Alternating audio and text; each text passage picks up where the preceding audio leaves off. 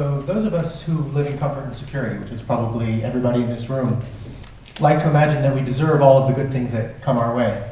But let's stop for a minute and think about some of the advantages that might have paved our paths towards getting here. In my own case, I'm not talking about money. I don't come from a wealthy family, and I wouldn't have been able to get my university degrees without a full package of scholarships and loans and side jobs.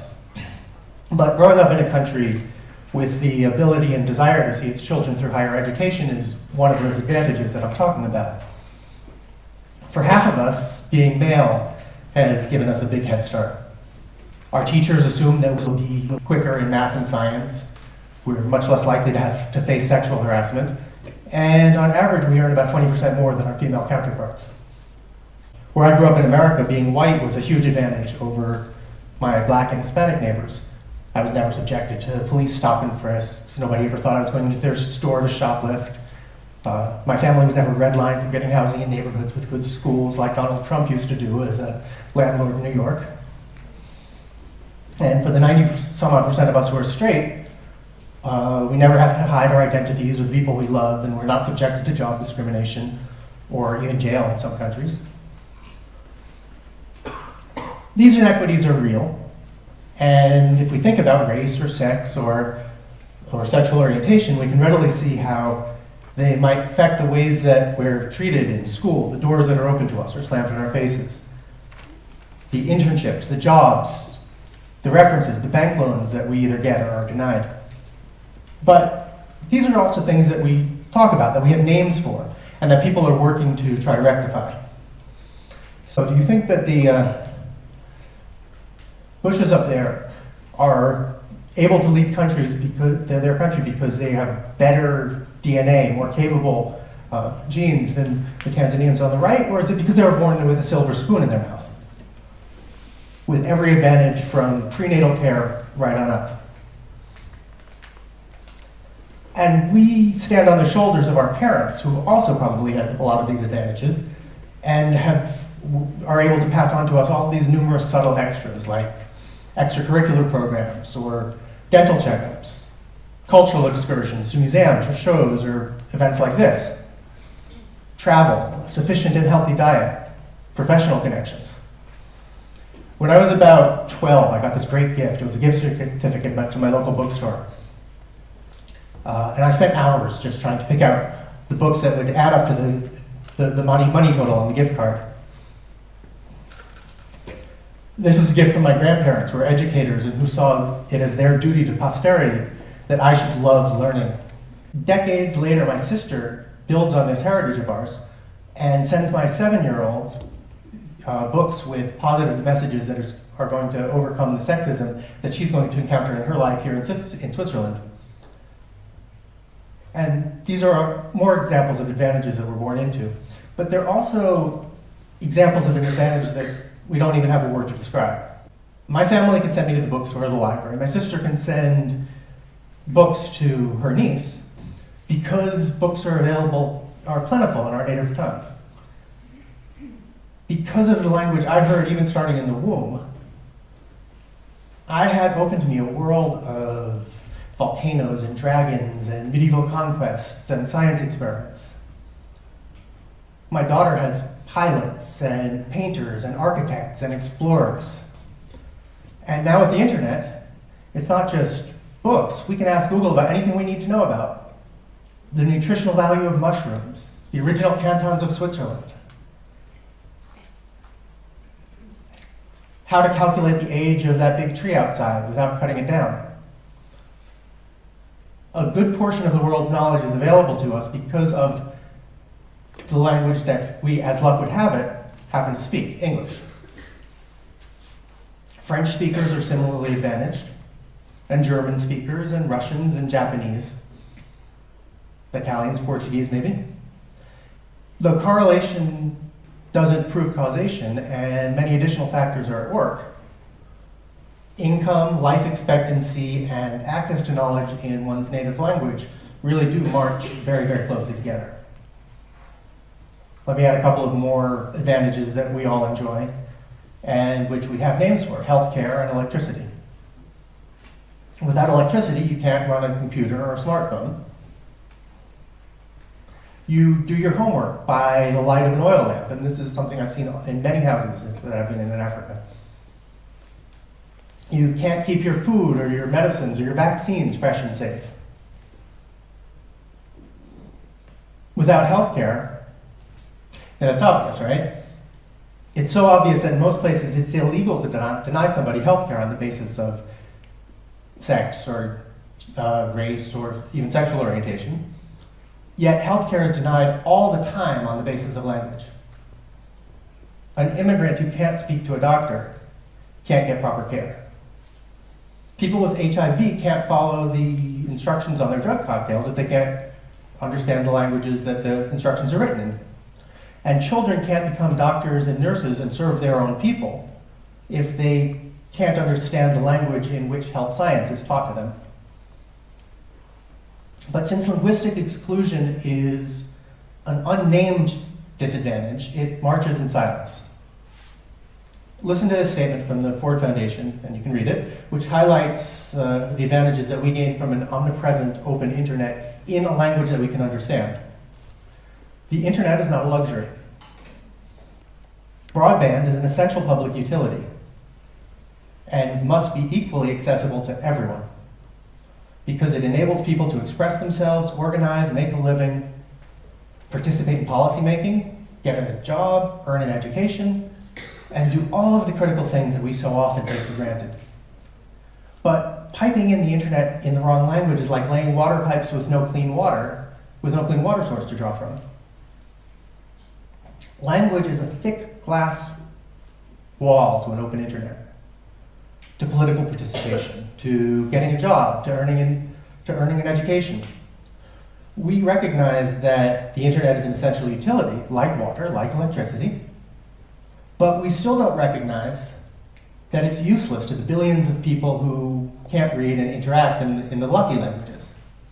The typical response in Europe, in the US, and even in elite circles in Africa, in India, and South America is let them learn English, let them learn French, let them learn Spanish. We did it, it worked for us. Anyone can learn a second language, and who but the unsuccessful people, the little people, can speak those local languages? Well, yes, you do speak a privileged language and you're successful, but that's either an accident of birth or a lot of study that your circumstances made possible. 95% of Africans are not literate in the languages that their governments inherited from their European colonizers. And that's going to be a quarter of the world's population by 2030.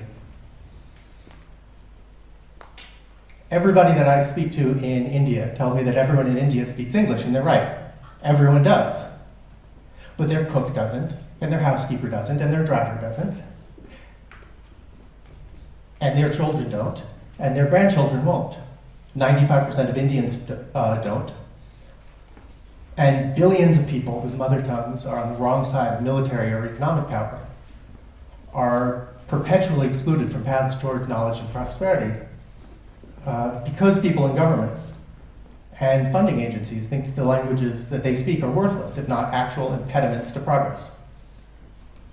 Now, despite the indifference or hostility from many decision makers, we do have solutions that we're proposing to eradicate language as a barrier in reaching internationally declared goals for social development.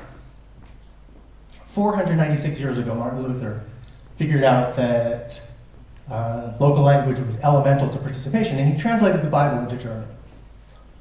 Since then, on the backs of a new technology from that time called the printing press, missionaries have spread their ideas using local languages in hundreds of languages.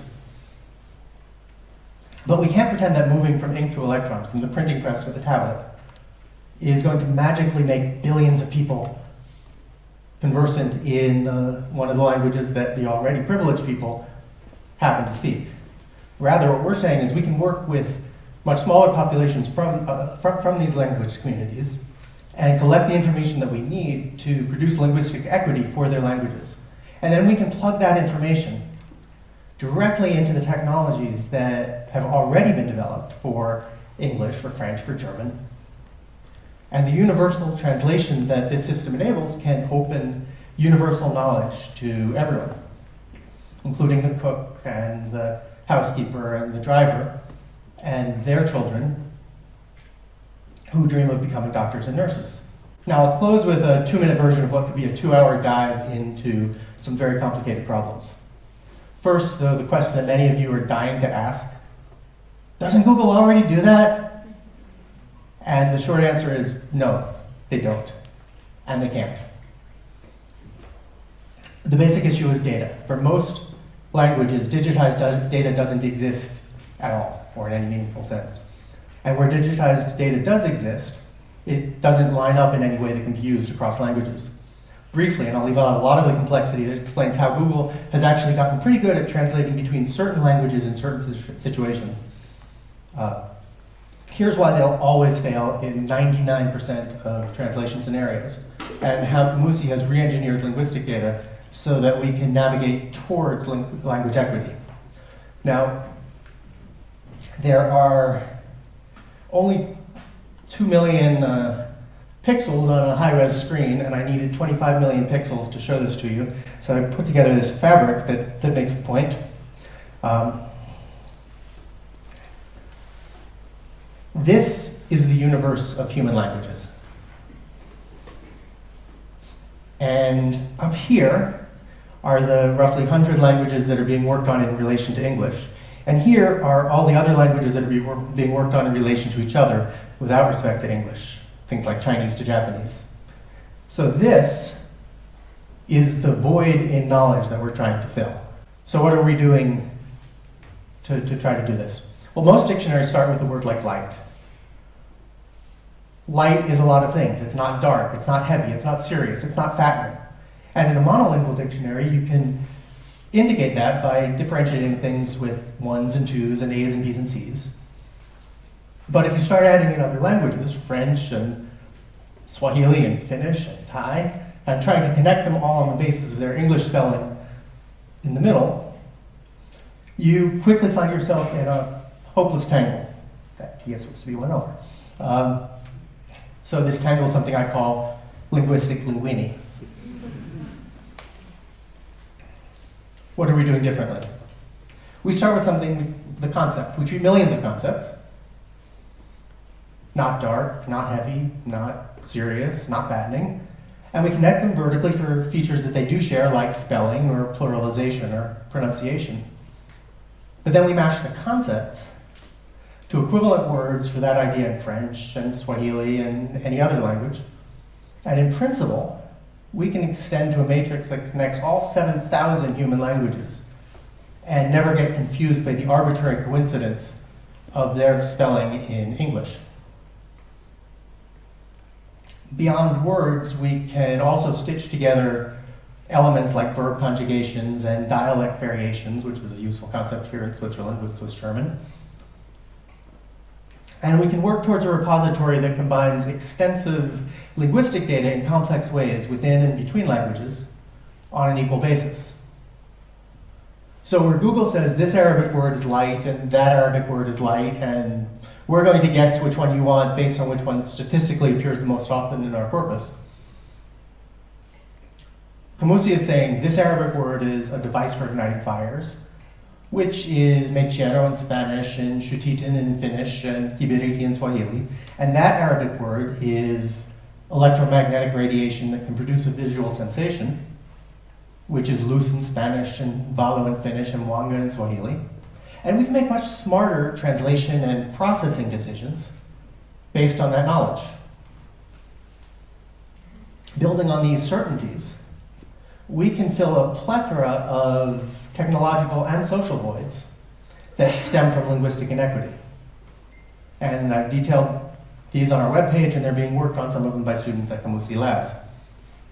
So, for example, we can produce definitions in languages like Akan and Sinhala for the equivalence of electromagnetic and radiation and visual and sensation, so that students in Ghana and Sri Lanka and anywhere else can understand the idea of light as energy and pass their physics exams.